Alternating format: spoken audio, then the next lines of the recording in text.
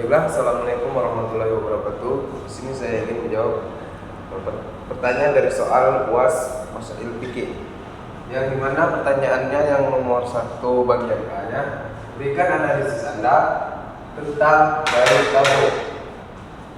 Jadi analisis saya tentang bayi tabung adalah inovasi medis yang memberikan harapan bagi banyak pasangan yang mengalami masalah kesuburan. Misalnya, contohnya mandul. Dan meskipun demikian, penting untuk mempertimbangkan faktor medis, psikologis, sosial, etika, dan ekonomi yang terkait dengan prosedur ini. Baiklah, di sini selanjutnya saya ingin menjawab pertanyaan dari soal nomor 2 yang bagian B, yang dimana pertanyaannya, jika melakukan bayi tabung dengan alasan menjaga kondisi tubuh agar tetap merawat, apakah diperbolehkan? Menurut saya tidak, karena alasannya yang tidak akurat untuk menjaga penampilan fisik atau kondisi tubuh agar tetap merawat, bukanlah alasan yang memadai secara medis maupun etis. Misal contohnya yang diperbolehkan itu misalnya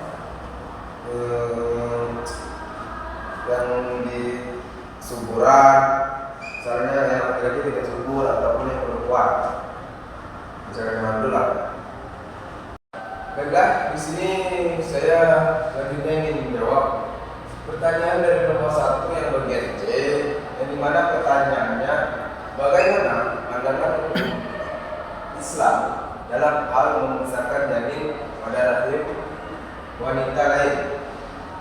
Jadi pandangan hukum Islam praktek memindahkan embrio atau yang berasal dari semen suami dan maupun istri ke rahim wanita lain yang dikenal sebagai ibu pengganti atau surrogasi secara umum tidak diperbolehkan. Beberapa alasan utama yang menjadi dasar ketidakbolehan ini adalah: yang pertama, pencampuran nasab. Dalam Islam, nasab atau garis keturunan sangat dijaga.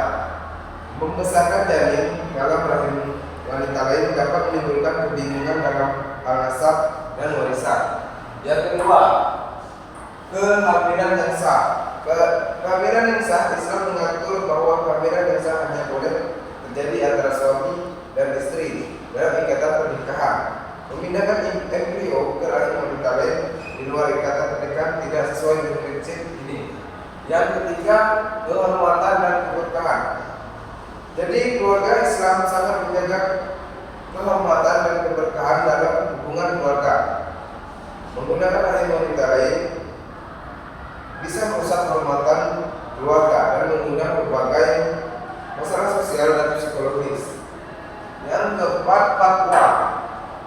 Jadi fatwa dan keputusan ulama, banyak ulama dan lembaga fatwa di berbagai negara muslim seperti Majelis Ulama Indonesia telah mengeluarkan fatwa yang menolak praktik surrogasi atau pemindahan embrio karena alasan-alasan tersebut. Namun terdapat beberapa pandangan minoritas yang lebih fleksibel mengenai hal ini, terutama dalam konteks darurat atau kebutuhan medis yang sangat mendesak, tetapi pandangan ini tidak dominan. Baiklah, di sini saya ingin menjawab pertanyaan dari nomor 3 yang bagian A, yang dimana pertanyaannya, setujukah Anda dengan poligami? Kalau dari pendapat saya pribadi setuju, yang karena alasannya yang pertama dari konteks budaya dan agama. Dalam banyak budaya dan agama, poligami telah lama diterima dan dianggap normal. Misalnya dalam Islam, poligami diizinkan dengan syarat suami dapat berlaku adil kepada semua istrinya. Yang kedua, dari aspek sosial dan ekonomi. Di beberapa masyarakat, poligami dapat berfungsi sebagai mekanisme ekonomi yang memungkinkan keluarga untuk berbagi sumber daya dan tanggung jawab. ketiga, dari pilihan pribadi. Sebagai hak individu, beberapa orang mungkin memilih poligami berbagai bentuk hubungan yang mereka rasa paling sesuai dengan kebutuhan dan keyakinan mereka. Baiklah, di sini saya ingin melanjutkan menjawab pertanyaan dari nomor 3 yang berbeda, yang dimana pertanyaannya, bagaimana pandangan hukum negara atau undang-undang dengan hukum Islam terkait poligami? Menurut hukum negara, yang pertama dari undang-undang perkawinan, di Indonesia poligami diatur dalam Undang-Undang Nomor 1 Tahun 1974 tentang perkawinan. Undang-undang ini memperbolehkan poligami dengan syarat-syarat tertentu. Yang pertama ada persetujuan dari istri. Yang kedua ada kepastian bahwa suami mampu menjamin keperluan hidup istri dan anak-anak mereka. Yang ketiga ada kepastian bahwa suami akan berlaku adil terhadap istri dan anak-anak mereka. Yang kedua, dengan agama, suami yang ingin melakukan poligami harus mengajukan permohonan ke pengadilan agama. Pengadilan akan mempertimbangkan apakah syarat-syarat tersebut dipenuhi sebelum memberikan izin. Yang kedua, menurut hukum Islam,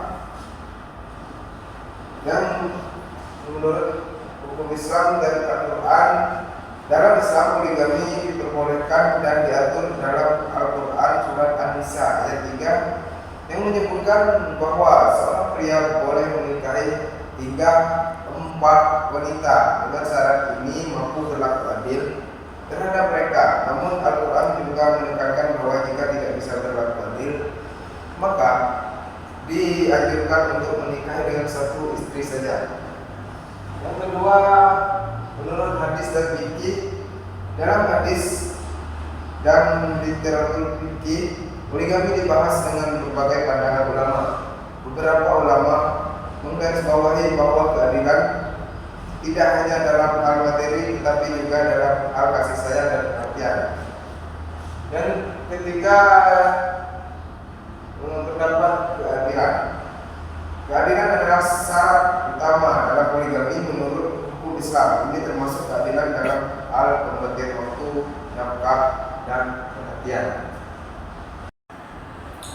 Baiklah, di sini saya ingin menjawab pertanyaan dari nomor 4 yang bagian A, yang dimana pertanyaannya, berikan pandangan Anda terkait aborsi dan bagaimana pandangan para ulama terkait dengan hal tersebut. Jadi pandangan saya terhadap aborsi adalah topik dan kontroversial yang melibatkan berbagai aspek moral, hukum, kesehatan, dan agama. Pandangan agama terkait aborsi dari mazhab Syafi'i dan Hambali. Kedua mazhab ini berada di antara Hanafi dan Maliki. Dalam hal ketatnya aturan, mereka cenderung lebih permisif daripada Maliki, tetapi lebih ketat daripada Hanafi dengan kebolehan aborsi sebelum 120 hari dalam kondisi darurat tertentu. Fatwa kontemporer. Beberapa ulama kontemporer dan otoritas Islam seperti yang tergabung dalam Majelis Ulama Indonesia atau MUI atau organisasi dalam Islam internasional lainnya juga mengeluarkan fatwa yang membahas kondisi khusus yang membolehkan atau melarang aborsi. Mereka seringkali mempertimbangkan faktor-faktor modern seperti teknologi medis dan kondisi sosial saat memberikan panduan mereka. Baiklah, di sini saya ingin menjawab pertanyaan dari nomor 4 yang bagian B, yang dimana pertanyaannya, bagaimana jika melakukan aborsi dengan alasan terindikasi bahwa anak yang lahir nanti cacat, apakah boleh atau haram? Berikan ketentuan hukumnya. Yang pertama, dari mazhab Hanafi, aborsi sebelum 120 hari kehamilan memiliki beberapa kelonggaran. terutama jika ada alasan medis yang kuat atau ancaman terhadap kesehatan ibu. Namun ini tetap dipandang sebagai tindakan yang sangat serius dan harus dilakukan dengan mempertimbangkan yang sangat hati-hati. Yang kedua dari mazhab Maliki, Syafi'i, dan Hambali, aborsi dianggap haram sejak awal kehamilan kecuali ada kondisi medis yang mengancam nyawa ibu setelah yakin memiliki roh atau umumnya diperkirakan pada usia kehamilan 120 hari. Aborsi dilarang keras dan dianggap sebagai pembunuhan. Yang ketiga dari pertimbangan medis. Jika terdapat indikasi medis yang sangat kuat bahwa anak yang lahir nanti akan mengalami cacat berat yang tidak dapat diperbaiki dan akan sangat menderita, sebagian ulama memperbolehkan aborsi sebelum usia janin 120 hari. Konsultasi dengan ahli medis yang percaya dan fatwa dari ulama yang berkompeten sangat diperlukan dalam situasi ini. Yang keempat, dari konsultasi dengan para ahli agama sangat dianjurkan untuk berkonsultasi dengan ulama atau ahli hukum Islam yang dapat memberikan fatwa berdasarkan situasi spesifik. Kondisi setiap individu dan kemungkinan dapat berbeda, sehingga fatwa yang lebih spesifik dan tepat dapat diperoleh melalui konsultasi langsung. Baiklah, selanjutnya saya ingin menjawab pertanyaan dari nomor 4 yang bagian C. Ini sudah soal terakhir. Berikan solusi terbaik dari tindakan aborsi. Jadi ada beberapa pendekatan yang dapat dipertimbangkan untuk menangani aborsi. Pertama, pendidikan seksual komprehensif, yaitu memberikan pendidikan seksual yang menyeluruh pada remaja dan dewasa untuk meninggikan kesadaran tentang seks yang aman, metode kontrasepsi dan konsekuensi dari hubungan seksual yang tidak aman. Yang kedua, akses ke kontrasepsi. Memastikan akses mudah dan terjangkau untuk berbagai metode kontrasepsi untuk mencegah kehamilan yang tidak diinginkan. Yang ketiga, layanan kesehatan reproduksi, yaitu menyediakan layanan kesehatan reproduksi yang ramah, aman, dan terjangkau, termasuk pemeriksaan kehamilan, konseling, dan layanan aborsi yang legal dan aman di negara-negara di mana aborsi diperbolehkan. Yang keempat, dukungan sosial dan ekonomi.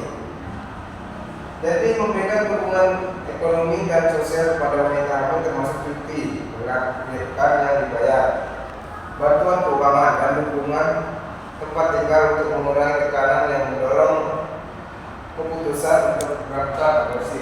Yang kelima, konseling dan dukungan psikologis. Jadi menyediakan layanan konseling sebelum dan sesudah aborsi untuk membantu wanita membuat keputusan yang terinformasi dan mendukung kesejahteraan mental mereka. Jadi cukup sekian jawaban dari saya. Saya akhiri. Wabillahi taufiq wal hidayah. Wassalamualaikum.